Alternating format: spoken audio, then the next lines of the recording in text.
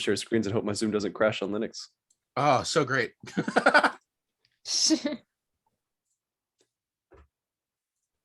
Okay, great. I can't see chat when I'm doing this, so if someone could also moderate and I'll just field. ask them. Sounds good. Let's do the slideshow. Come on. Great. All right. Welcome everybody. So like I said, I wish we could do this in person, but the Midwest said no. So here we are virtually. Hopefully for the last time, but you know, we'll see. Today we're doing format strings, but first we're gonna get started with a couple of announcements. Dice CTF is tomorrow, so be there, be there, be there. We start at 3 o'clock. I'll be at SIGPwny at 3 o'clock, and we'll have a room in probably the 3rd floor. We go snatch one of those. There will be pizza, and so it's going to be a great time, just like Seesaw. Next up, Tracer Fire. That's a blue team forensics competition. It's coming March 5th and 6th. The form to sign up is in the announcements. I recommend that if you haven't done that, do that very soon because they're only taking the first 50 submissions. So. Finally, today's meeting flag is this string. If someone could also paste that in the chat, that'd be appreciated. SIGPwny printf user input. And we'll see why that's bad here in a sec. Okay, I'm going to assume that someone got that in the chat. Let's move on. For those who are new here, because there is always a chance for us to have some new members. If someone wants to link the URL of our internal challenges, simply go to the URL of our internal CTF, paste this for the meeting flag, and you'll get 50 points. You may have to create an account first. Okay, so let's get started with the Printf overview. So our goal with Printf is going to be binary pwn, similar to Rob from last week. We're going to start with a format string review. We're going to talk about a program which uses it incorrectly. We're going to talk about how we can use that to read arbitrary data, and then ultimately how we can write arbitrary data. And with arbitrary read and write primitives, you can essentially pop a shell every time. Not necessarily, most of the time. Okay, let's start with the review here. So in person, I would definitely be calling on people, to say, what does this do? What does that do? But since we're virtual, I just put all the answers for you. But if we just printf a string, it simply prints hello world, almost as if it was just the puts function. If there's no format specifiers, no % signs in it, it can't do anything crazy. It's just going to print the string. No problems here. Next up, if we do printf %d, this is a format specifier to print an integer. And so if I provide a 1, 2, 3, it will simply print 1, 2, 3 to standard out. So this probably looks familiar to you if you've done CS 241 or have taken a C programming class. But if I do something like %x, this expects a 4-byte integer. So everything we're doing today is going to be, we're using 64-bit systems. So all my challenges today, all my content is going to be about 64 bits, which means we have 8-byte addresses.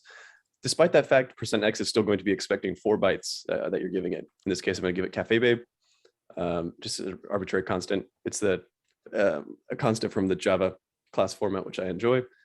And so it prints Cafe Babe in a hex form. So then if I say printf %s, this says, give me the address of a string. And I'm going to print each character from that string. So this is actually a bit tricky here, because when I put the character SIGPwny here, that's actually giving an 8-byte address. And the characters SIGPwny, those are elsewhere. Those are somewhere else. They're not given to the printf, rather an 8-byte address telling you where the SIGPwny is giving there. And the %s takes that 8-byte address, goes to it and starts printing the characters at that address. That's an important distinction we'll make here. The last thing I want to talk about is this feature of printf called direct parameter access. And this %d is familiar from before, right? It prints an integer, but I'm going to separate I'm separate d. I'm just going to insert $3 sign in the middle. And this means print the 3rd argument as an integer. So this weird form, like I don't know why printf chose this way to express this, but this means skip over 1, 2, 3, skip over 4, 5, 6, and choose 7, 8, 9 as the integer to print. As a result, it prints 7, 8, 9. This will come as very useful for us when we're formatting our format strings to read and write to the desired memory, right? So if I said %1 $d, it would print 123. Okay. Let's look at a correct program. So let's say I have a buffer, 32 bytes, and I take user input and I put it in there. So the user controls buffer. The correct way to do this is to say printf %s with the buff. Remember, because we give the 8-byte address of the buff, it's going to go to the contents of that buff, and it's going to print its characters. That's great. If I put any format specifiers in that buffer, it doesn't care because it just reads it as a string literal. However, an incorrect usage is going to be when I directly printf the buff, right? And so you should be trying to explore in your head, why is this a problem here, right? So if I have buff and if the user controls input to it, what kind of bad things could they put such that when I say printf buff, something goes wrong? I would definitely be calling on somebody. Does anybody want to raise their hand or speak up, give me an idea? What's something which would cause this program to misbehave? Some input I could put in buff.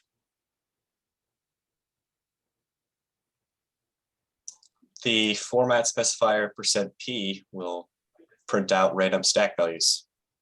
Precisely, exactly. If I put a %p in, or let's talk about %x because we've seen that before. I haven't talked about %p, but it's the same. It's just with 8 bytes instead of 4. It's going to try to print a number, right? A parameter passed to printf, of which there are none. So what will it print instead? We're going to explore that undefined behavior, right? Definitely some misbehavior there. So I have an example here. Just as Pete said, if it's %x, it's going to print a hexadecimal value. But what value? We don't know because there's no parameter, right? There's no printf buff comma 123. So it's not going to be 123. It's going to be something. But if it's %s, right? What addresses will be looking it up? If it's %s, it's probably going to crash, right? Because there's no valid addresses here to look up and dereference to get your characters. So let's explore what actually is going on. So this is what the stack sort of looks like when we invoke printf. I say kind of because it's a little bit different in 64-bit mode. So in 32-bit mode, it is like this, where each printf argument is pushed to the stack. But in 64-bit mode, some arguments are kind of passed on registers. Others can be pushed to the stack according to the ABI, or application binary interface, I want to say, or in other words, the calling convention of the 64-bit mode on Linux. So when I invoke printf, the first thing I wonder, can you all see my cursor? It'd be great if I could point around with that. Yeah, we can see it. Excellent. Thank you, Dan. Okay, so when I invoke, so my call stack is here. When I invoke printf, I'm going to set it up. So I'm going to push that return address, going to save RBP, those sorts of things. But then for all intents and purposes, let's assume that we're going to push to the stack our arguments. So notice here, I'm printfing %d, %d, 1, 2, 3, 4, 5, 6. So I'm going to push 4, 5, 6, and 1, 2, 3. And the printf pointer starts here such that when it encounters a %d, it's going to be like, okay, where's my printf pointer? It's a 1, 2, 3. I'm going to print that as that value as an integer to this standard out. And then it's going to change the pointer to point to the next parameter, right? That's more or less intuitive. It's going to be, when it encounters the next %d, it's going to hit 4, 5, 6, print it out, no problem. What if I put another %d there, even though I only give it 2 parameters? Well, it's still going to change the pointer to be in this region here, which I've classified as other stack call stuff to set up printf, right? So like that return address stuff, RBP, those sorts of things. It's going to start printing that to the screen. If I put in a ton of %ds or a ton of %x's, it's just going to print all this information to me. We literally can read the entire stack.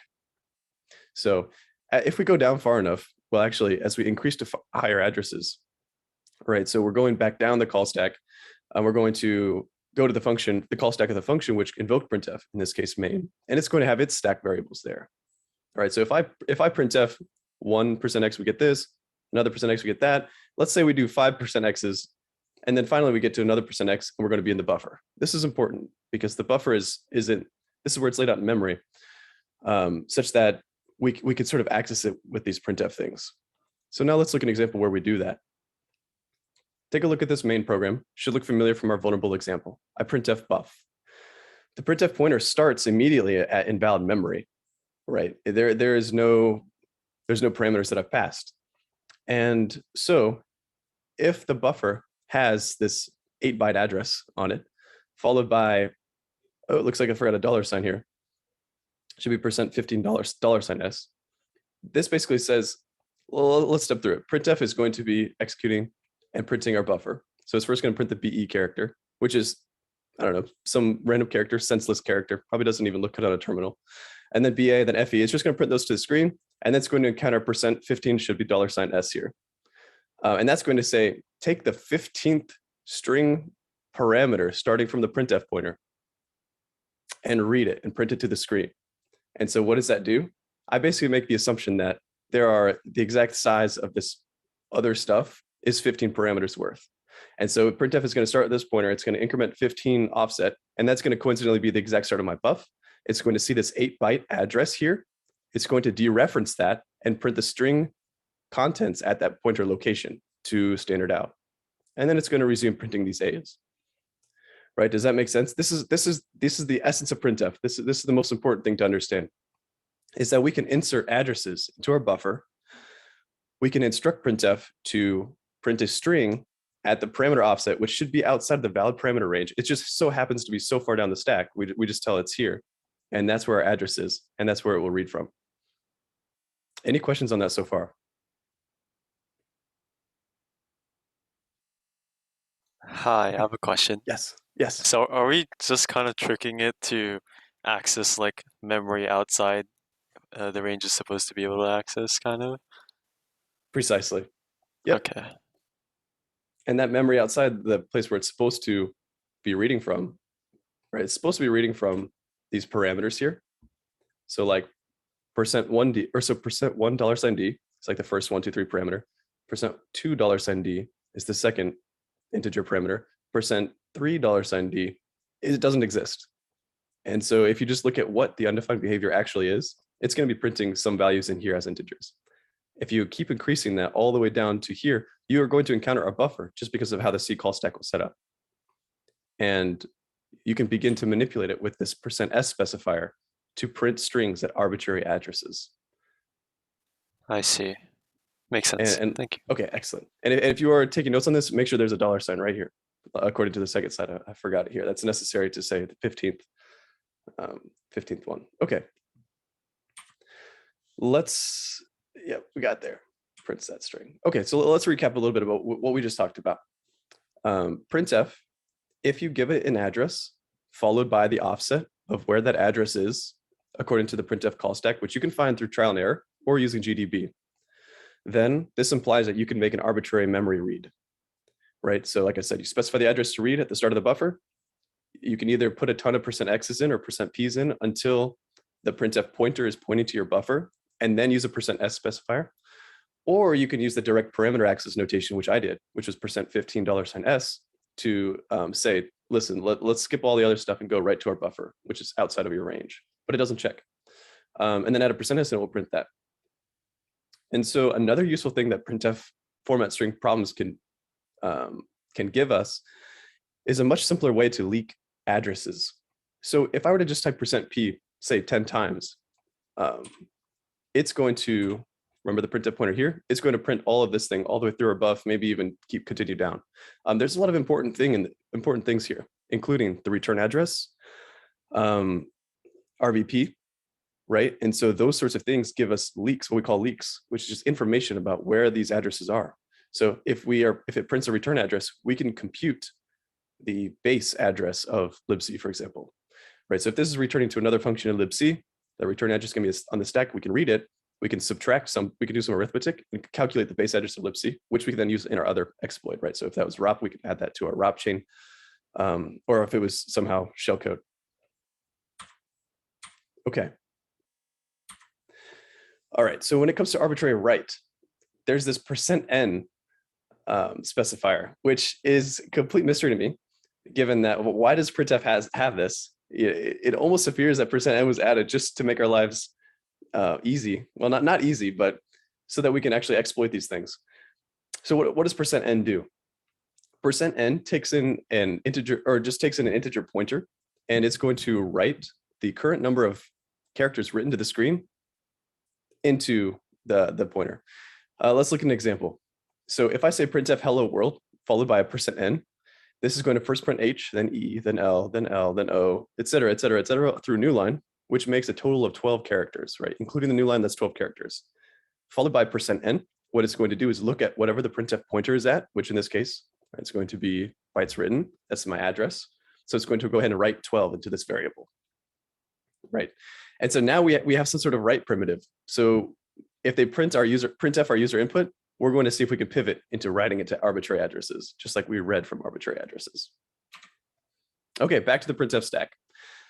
All right, so this should look very familiar. And again, I forgot the $sign here. Apologize for that. But printf pointer is back where it's supposed to be, well, without parameters anyway. And so here we are again, printfing our user input. If our buff contains this contents, the first 8 bytes being the address where we want to write to, followed by $15 then this is going to say, in the exact same way as the $15 S worked, this says, okay, first print hex BE to standard out. Again, just a random character. Then print BA, nothing useful here, nothing useful, nothing useful. And then it encounters this $15 N. And this says, take your printf pointer. Okay, it's here. There's no parameters here. Take the 15th supposed parameter, right, of which there are none. So it's going to be jumping through all the random stuff. And then I've calculated that to be the start of buffer. Look at, and that's the address where I want you to write the number of characters you just printed, right? So it's going to write a value into this address. And that value is going to be 1, 2, 3, 4, 5, 6, 7, 8, because we just printed 8 random bytes, which is the address of itself, right? So in other words, this writes the value 8 into this address. And why do these addresses look so weird? For one, I'm using this \x notation just to indicate that it's a hexadecimal number. But also the order of these bytes is important because I'm expressing it in little endian order, which is what most of our CPUs use, which means that the least significant byte is placed first. And so you can see this BE corresponds here to the last BE. This BA is the last BA. This FE is the next last FE. I just want to clarify that. I don't know if we ever touched on that before. So it's the exact same way as we're going to do the %s. So how do we exploit this to write any value into any address? Because we were able to write the value 8 into an address, but let's try to get something useful here. So let's consider the format string where we first write the address, right? So this 8 bytes is the address, followed by another 8 bytes of the address plus 1, followed by another 8 bytes of the address plus 2, right? And then that's going to continue for eight times because we have 8 bytes. Well, it depends on your structure you're trying to overwrite. But if we're trying to overwrite a pointer, that's an 8-byte pointer. So we're going to have 8 addresses, which correspond to each byte in that pointer. Okay. And then here's the next thing I have to explain is that %x, we've seen it before. It prints a hexadecimal number, right? And expects 4 bytes. But when I specify %150x, this says pad this value that you get from the %x to be 150 characters long. And it's going to pad that with spaces. You can also do something else to pad it with zeros. That's actually like a reasonable use case for this, but it doesn't matter to us. We just want 150 characters to be printed to standard out, right? And so this is just a tool that we can use to print 150 characters to standard out. And as such, this %15n will be like, for example, right, it's going to 15th parameter, which is the start of the buffer, which in this case is address. And it's going to say write however many characters we printed into address, right? And this value is 150. So this is effectively saying write the value 150 into address. And then very next time, we're going to say %120x, which is saying write another 120 characters to the screen. And then we're going to write into %16n, which is the next parameter in the printf list, which corresponds to the next address, which is the very next byte of the point at which we're overwriting.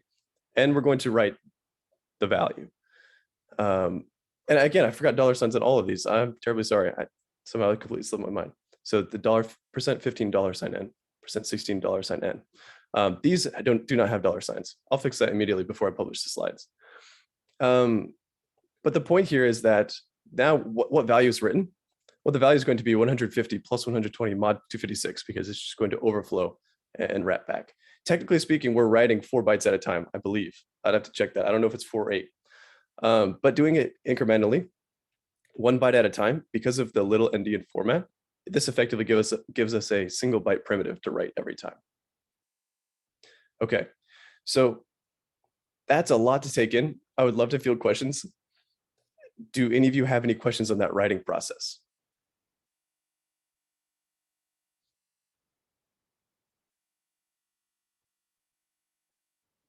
Okay, we'll move on for now. We'll move on for now. I know they'll come up, and of course I'll field them after. All right, so here's the hard part though, is that on 64-bit systems, these addresses often have tons of zeros in them. I don't think you can find a single address which doesn't have some leading zeros probably, which in little endian cases trailing zeros, right? So it's hard to get on the stack because if I was to read input from you, and I pass null bytes, that typically stops the input, right? Or if I was to printf this string, it's going to read through the address and start printing those characters until it gets to a null byte in the address, and it's going to stop. It'll never even print the remainder of these things. So this is a mostly good idea. The solution to this problem is to somehow get your address in its entire 8 bytes, null bytes included, on the stack somehow. However you do that is great. The way typical way you could do this is actually just by reordering this. So the %150x, this part here, is prepends the string here. So it's actually starting the string, and your addresses follow, such that the printf will still execute these things. And of course, you have to change your offsets, because now you have these here, which change your offsets to where the buffer is relative to the printf pointer. But then you just have to hope that your method of string input, if it's fgets, accepts null bytes and doesn't terminate on that character, your input. And in the case of gets and fgets, it does not terminate. It will accept null characters and continue on. It only terminates on a new line character. So in this case, you just have to ensure that your addresses don't have new line characters, which is much more reasonable. Okay. So say, for example, we have this arbitrary write primitive where we can write to any address, any value of our choosing. This is extremely powerful. This, coupled with our arbitrary read from earlier, gives us basically full control here, kind of. The first thing we're going to do is to exploit an arbitrary write. Typically, what you can do is overwrite function pointers. This is so you can control the control flow, right? Function pointers exist in some structure, maybe some heap allocated structure for larger programs, but for these small programs, there's definitely one in the global offset table, which is not something we've covered yet, but we'll cover sometime. If you're able to overwrite that function pointer on the global offset table to point to a win function, or maybe some shellcode, or a one gadget, which is something we haven't talked about, but it's my favorite thing in Pwn, so we will definitely talk about it sometime. This will give you a shell, right? Or this will give you the ability to take over the control flow and give you your shell. If these primitives aren't available to you, you'll have to get more creative. You've leaked the stack address, probably 3% Ps, right? Can you literally write a ROP chain? How many times can you do this arbitrary write? Can you write a ROP chain and then set your return address or somehow manipulate it to execute your ROP chain? So you have to get creative at this point. Printf really just gives you arbitrary read to arbitrary write. And sometimes it's insufficient to just be a single printf, your buffer, your user input. Sometimes that's insufficient to be able to actually exploit the program.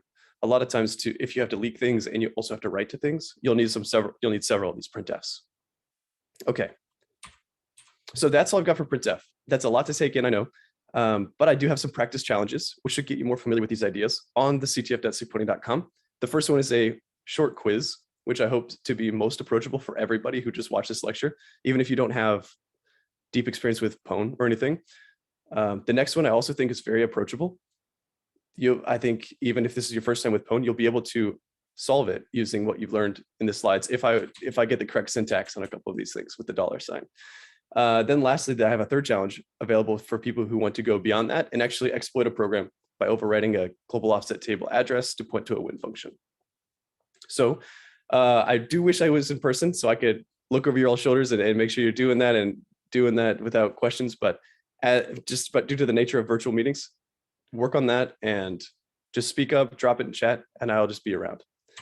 Let me finish off this meeting by saying next meetings, this Sunday, we won't have a meeting. We'll just be grinding DicecTF. So if you're coming to the Sunday meeting, come to our Siebel room instead, where we'll be grinding DicecTF, hopefully not pulling all-nighters. But then next Thursday, we have a special treat for you all. We're doing log4j with Min.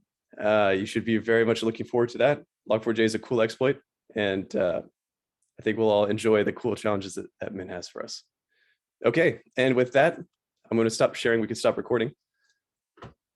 We can get grinding on those intro chals, and I'll be answering any questions that you guys have. Thanks so much.